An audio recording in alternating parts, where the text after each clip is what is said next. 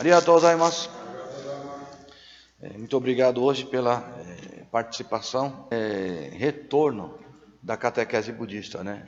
Acho que foi em 2017 que nós iniciamos essa catequese, demos uma pausa em função de outras atividades que nós tínhamos, mas achamos oportuno o momento para retomarmos também.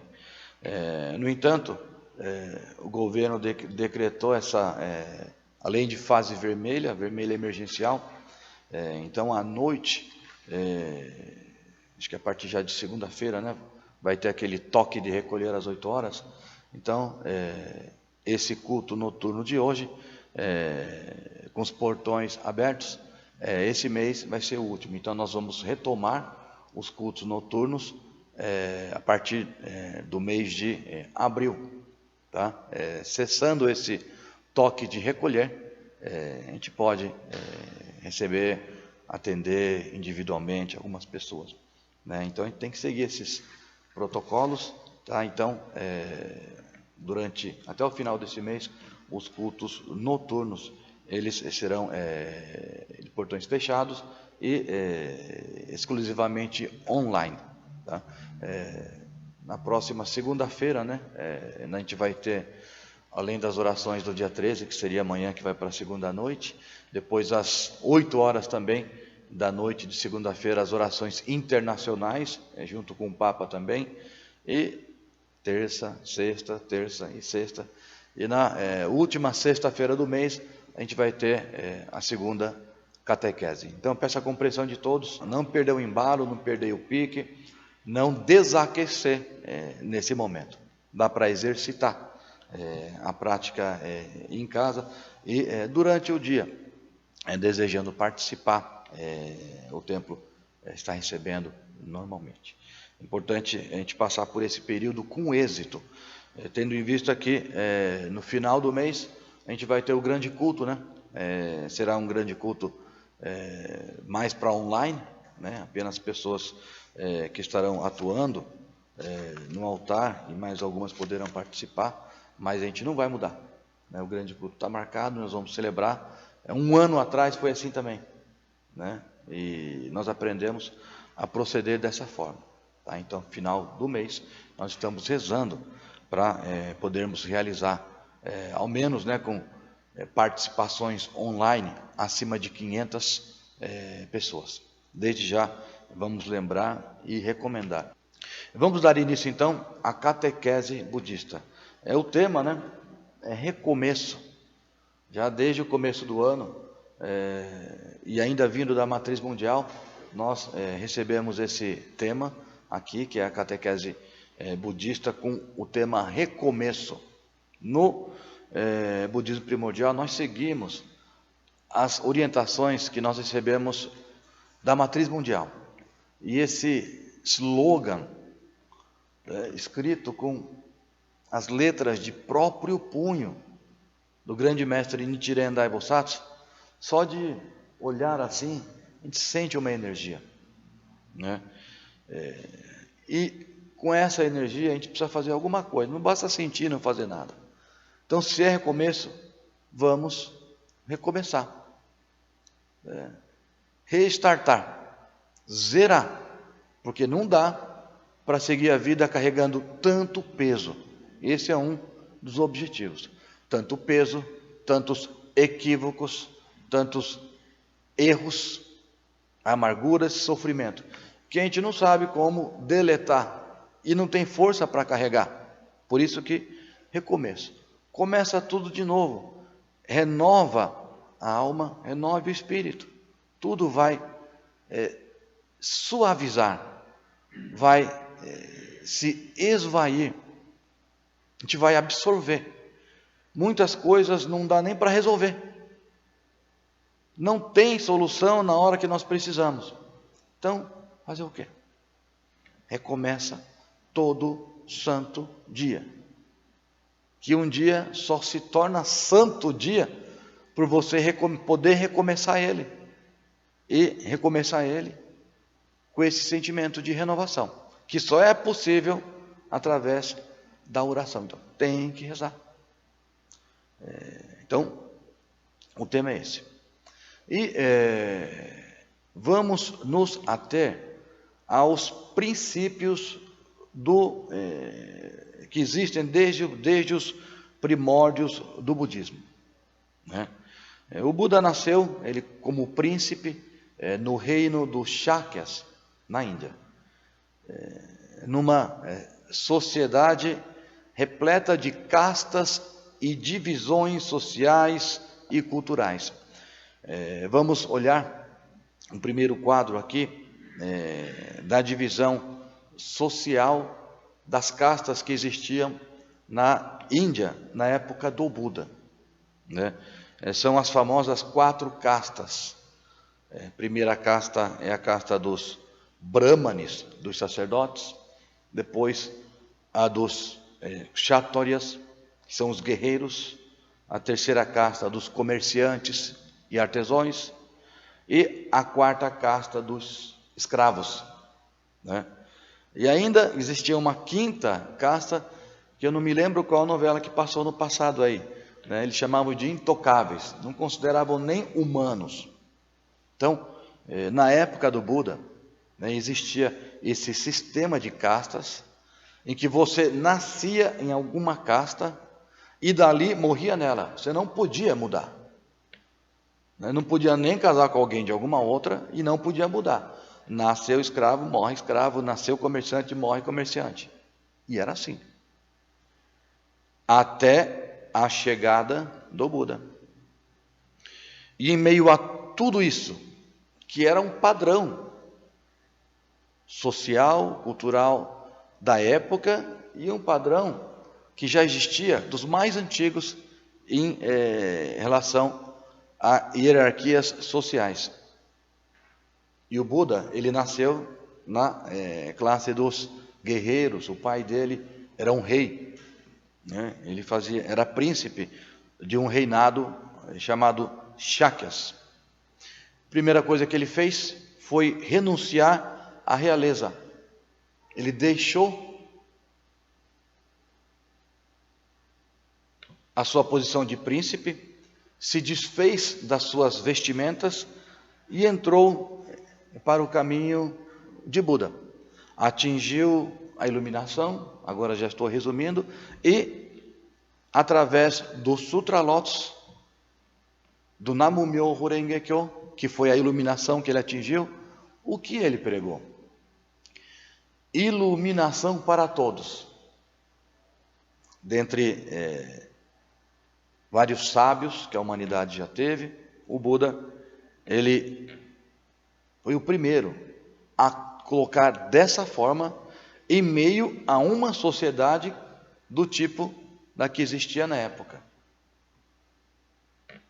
Iluminação para todos significa igualdade, né? Eu atingi a iluminação, mas ela é igual para todos. Todos podem atingir a iluminação. Como assim? Sendo que existem as castas e elas são totalmente diferentes umas das outras. Isso não pode ser verdade. Então o Buda ele foi contra a todos os conceitos que existiam na época. Mas depois dessa pregação inicial, ele continuou a sua pregação e peregrinação por mais de 50 anos, levando isso adiante. Essa pregação de igualdade é a base da pregação de Buda. Por si só, elimina todos os tipos de preconceitos, diferenças. Faz nada disso importar e impede que as diferenças atrapalhem a nossa felicidade. Se existe esse princípio de igualdade, não são as diferenças, não é o certo ou o errado que pode atrapalhar na nossa felicidade. A igualdade e respeito necessário para todos e todas as culturas se sobressaírem já era a base da pregação de Buda desde o começo. Olha o desafio que o Buda encarou. Mas ele levou adiante isso, autenticou a iluminação que ele atingiu. Iluminação para todos. é possível para todos, independente de qualquer segmento, raça, etnia que a pessoa tenha vindo. Então, se seguíssemos simplesmente esse princípio, esse ensinamento de Buda, hoje em dia, 3.000 anos depois, não precisaríamos estar dizendo, é preconceito, é isso, é aquilo, tanta coisa que não faz sentido, se a base, né, estiver certa, se recomeçar e fazer certo desde o começo. Então a gente precisa resgatar esses ensinamentos básicos que aprendemos pelos princípios primordiais. Mesmo dizendo igualdade, diferenças existem. Certo e errado também existe. Mas, de acordo com a prática da fé e devoção ao Nam-myoho Renge-kyo, todos igualmente podem atingir a iluminação. Essa foi a máxima, né, a afirmação de Buda. Se todos podem atingir a iluminação, então a questão seguinte por que então perder tempo? Se isso é possível a todos, se todos podem ser felizes, por que perder tempo com picuinha, bobagens, besteiras, que a gente sabe que são, vaidades, estupidez, desejo, falta, exagero? A gente sabe que tudo isso causa sofrimento. Mas parece que não para pensar o quanto tudo isso está roubando nossas vidas, está roubando a nossa felicidade, está roubando o tempo de iluminação que a gente poderia estar recebendo. Então, se parar para perguntar para alguém, você quer ser feliz? E a pessoa responder, quero, dá vontade de dizer, não acredito. Tem certeza? Aí, vai lá, você faz isso, deixa de fazer isso. Agora me convença de que você quer ser feliz, de que você quer receber a iluminação. Precisa começar, precisa refazer tudo de novo. Se não sabe onde errou, o ponto que errou, ou se já são tantos erros, tanto faz, zera, começa, refaça tudo de novo. Antigamente, de acordo com a prática ascética, né, a prática religiosa dos antigos, nos moldes antigos, os praticantes conseguiam se livrar dessas mentalidades, desses receios, das besteiras que eles cometiam, com muito mais facilidade. Muitas vezes, até com a força de vontade, força do pensamento, fazendo sacrifícios, etc. Conseguiam. Mas hoje em dia, dá para ver que não dá. E o Buda já sabia disso. Nessa modernidade, as pessoas já não têm mais essa capacidade de se desprender do modo que na antiguidade era feito. Justamente, sabendo disso, por saber disso é que o Buda deixou o Sutra Lotus e a oração do Nam-myoho Renge-kyo, que foi nos transmitido pelo Jogyo Bosatsu. Eu trouxe aqui, né? Isso aqui é o Sutra Lotus. Olha a grossura. Isso aqui tem em português, tem em sânscrito, tem em japonês, né? O título é Myoho Renge-kyo, Nam-myoho Renge-kyo. O resto é a explicação. É a bula. Então toma o remédio primeiro, que é o Nam-myoho Renge-kyo. Quando as pessoas perguntam o que é o Nam-myoho Renge-kyo, a gente costuma responder a causa, a essência e semente da iluminação. Mas resolve? Não. Se é o remédio, toma. Você entenderá o que ele é pelo efeito que vai fazer dentro de você. O Sutra Lotus ele tem alguns sinônimos em seu título. Um deles vamos a outra apresentação. Manzen do Kikyo. Ele também é chamado de o Sutra para o qual todo o bem converge. O Sutra para o qual todo o bem converge. O Nam-myoho Renge-kyo é a oração para a qual todo o bem converge. Isto é, todo o bem se dirige, todo o bem abraça, acolhe, todos os bens afluem, todo o bem retorna. E se retorna, é porque foi de onde saiu. É a origem de tudo que é bom e faz bem. É a iluminação em si. O budismo ele chegou no Japão no século VI, na época de um príncipe chamado Shotoku Taishi.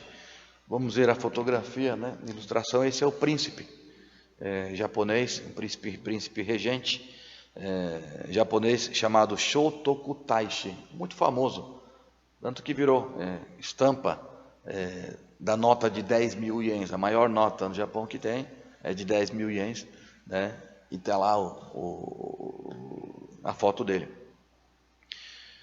Ele foi neto do imperador chamado Kinmei, que era imperador quando o budismo passou da China, Coreia e entrou no Japão. E ele, como neto, esse príncipe, como neto desse imperador que recebeu o budismo no Japão, ele ficou maravilhado. Nossa, que ensinamento profundo. Nunca tinha visto nada igual. Não tenho dúvidas quanto ao bem que esse ensinamento vai trazer para o nosso país. Desde então, mais de 1.500 anos se passaram e o Japão ainda transmitiu, através do nosso padroeiro, o budismo ao Brasil. E esse príncipe, ele se tornou famoso também porque ele promulgou a primeira Constituição japonesa. Né? O Brasil nem existia, né? 1000 anos, espera aí, mais. 1000 anos antes do Brasil existir, ele já estava promulgando uma Constituição, a base de todas as outras que viriam. E ela é chamada de a Constituição dos 17 artigos. Né? Tem aquele calhamaço, né, de Código Civil, para quem faz direito, calhamaço. Ele fez isso em 17 artigos. Né? E o primeiro era defender e honrar a harmonia, não dando margem à discórdia. Então, de 17 artigos, né, o primeiro já era esse. Defender e honrar a harmonia, não dando margem à discórdia. Se você quebrar isso aqui, você quebra o calhamaço que tiver. Tanto faz, é eu que tenho razão. Se eu não tenho, eu vou dar um jeitinho para burlar tudo que vier depois. Honrar e defender a harmonia, não dando margem à discórdia. Aí o número 2. Como fazer isso? E logo de cara ele colocou. Como ele se baseou no Sutra Lotus. Ele criou uma constituição baseado nos fundamentos do Sutra Lotus.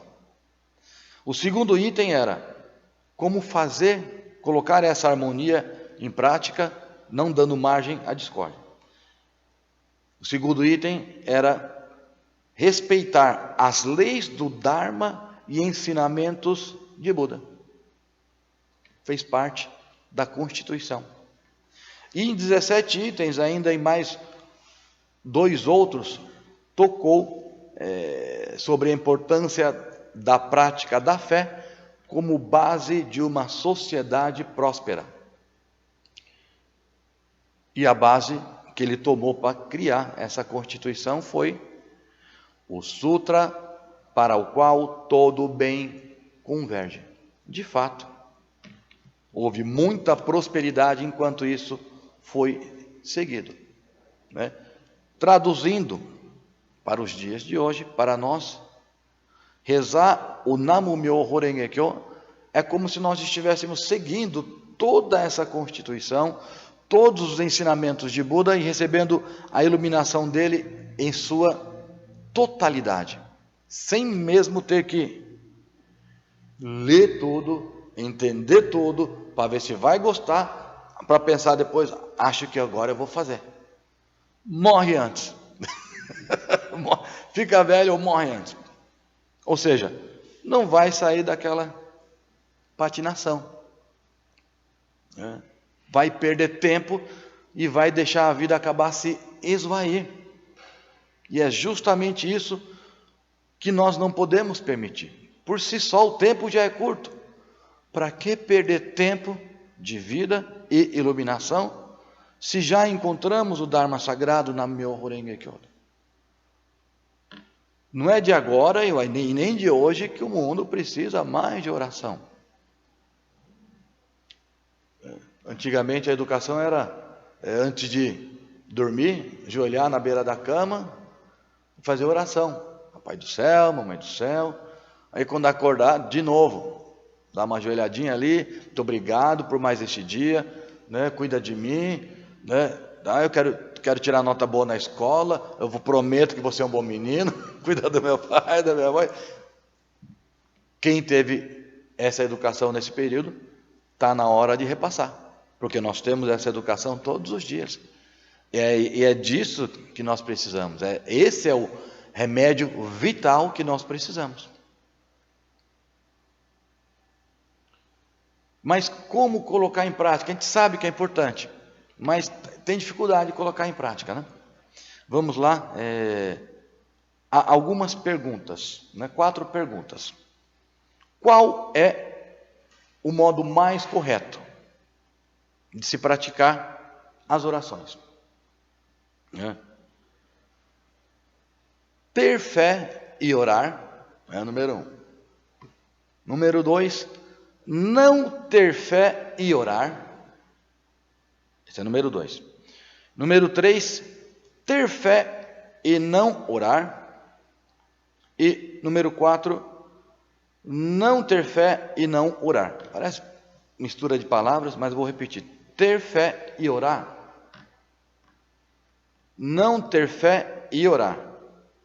Ter fé e não orar. E não ter fé e não orar. A resposta vem na citação seguinte. A citação é do grande mestre Nissen Shonin. É a dica para encontrar a resposta certa dentre as 4 perguntas. Fé é ação de oração. Não parece ali, será? Também não, né? Então, fé é ação de oração. É tão curtinho que dá para memorizar, né? Então, memorizando isso e voltando às perguntas, as 4 perguntas, vamos procurar as respostas certas, né? Se fé é ação de oração, então se não tem oração, logo de cara dá para ver que a 3 e o 4 está errado, né? Ter fé e não orar. Então, não é fé. Porque fé é ação de oração. Então tem que ter oração. Então, e a 4 é a pior, né? Não tem fé e nem reza. Não, pai, não estou fazendo nada de errado. Eu não tenho por que eu vou rezar. Quer dizer, é o pior porque a pessoa não tem e acha que está certo. Não tem problema nisso. Então o 3 e o 4 está descartado. Só fica o 1 e o 2. O 1 é ter fé e orar. É o ideal. É top. Tá? Mas nem todo dia a gente está nota 10. Tem dia que dá uma baqueada, dá uma fraquecida. Tem dia que perdi as esperanças, eu estou acabado. Aí é que entra o número 2. A nossa aposta é no 2, para chegar no 1. 1 é o grau de iluminação. Minha fé é 100% e eu rezo 100%, eu estou 10. Não ter fé e orar. Mas por que esse número 2 ainda é certo? Porque o grande mestre ensinou, fé é ação, ação de oração. Então, se você está orando, você tem fé. Só acha que não tem ou que perdeu, mas tem.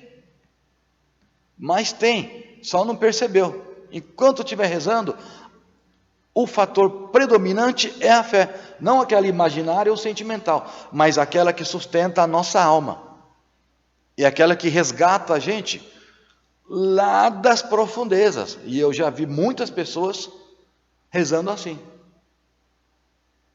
Quando chega no fundo do poço e está chorando, está tudo acabado, mas vou rezar. Não tenho mais nada para fazer, então eu vou rezar. Está lá, ó. Rezou, provou que tem fé. Pode ser um 0,0,1. Ela vai ser a predominante. 5. Então, como nós conceituamos essa fé? Fé é o sentimento predominante em você, que mesmo quando a perde, ou você se perde, o faz orar o Namumyo Horengekyo. Sendo assim, como a fé está em sua oração, a fé está na sua oração, não na mente, não no sentimento, não só na alma. Às vezes, todas essas partes citadas, elas são circunstanciais, mas a voz que ora, ela é incircunstancial. Se você colocar a fé na oração, colocar a oração em prática, a fé contida na oração, independente da sua consciência, poderá resgatá-lo, e abençoá-lo. É esse o potencial da oração que o Namumyo Horengekyo possui. Por isso o sutra é a oração para a qual todo o bem converge. É a origem de todo o bem e daquilo de que melhor que a gente pode fazer para fazer outras coisas melhorarem e fazer outras coisas melhor também. Se a gente vai recomeçar, tem que recomeçar do jeito certo. Todos os nossos ancestrais, os grandes mestres, notáveis fiéis, fizeram isso até hoje. E uma das melhores orientações que eu já recebi sempre foi essa: você precisa rezar mais. Nunca ouvi outra orientação compassiva melhor do que essa, Agora, para poder falar, não faz mal rezar também, Ou senão, na pior das hipóteses, faz você que eu vou fazer também,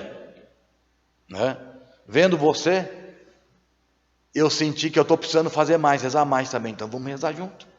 Olha que orientação compassiva maravilhosa. Vamos voltar às 4 questões lá, por exemplo. O item 1, ter fé e orar. Agora os cuidados finais.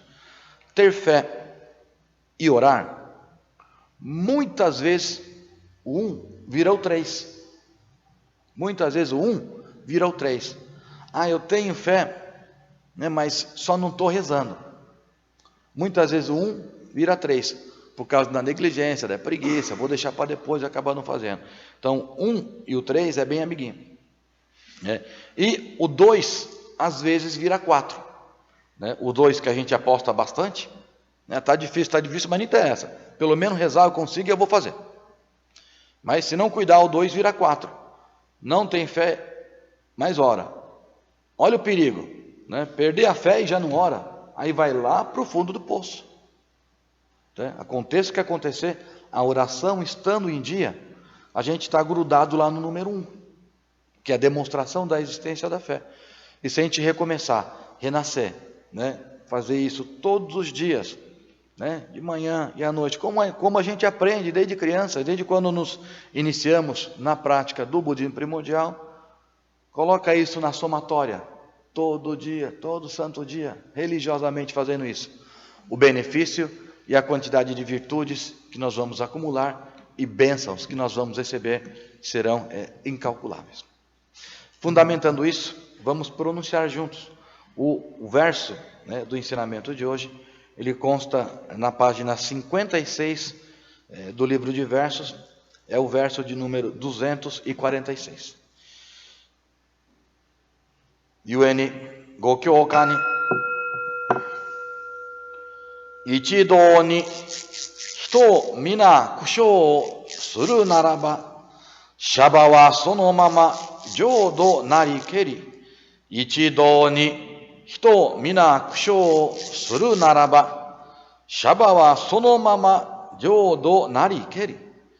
Se todas as pessoas orarem juntas o Myoho, de imediato o mundo sarga tornar-se-á na terra pura. Se todas as pessoas orarem juntas o Myoho, de imediato o mundo sarga tornar-se-á na terra pura. Hommon Happon Shoken Jogyo Shoden Honnin Geshu no Namo Myoho Renge Kyo Nam Myoho Renge Kyo Nam Myoho Renge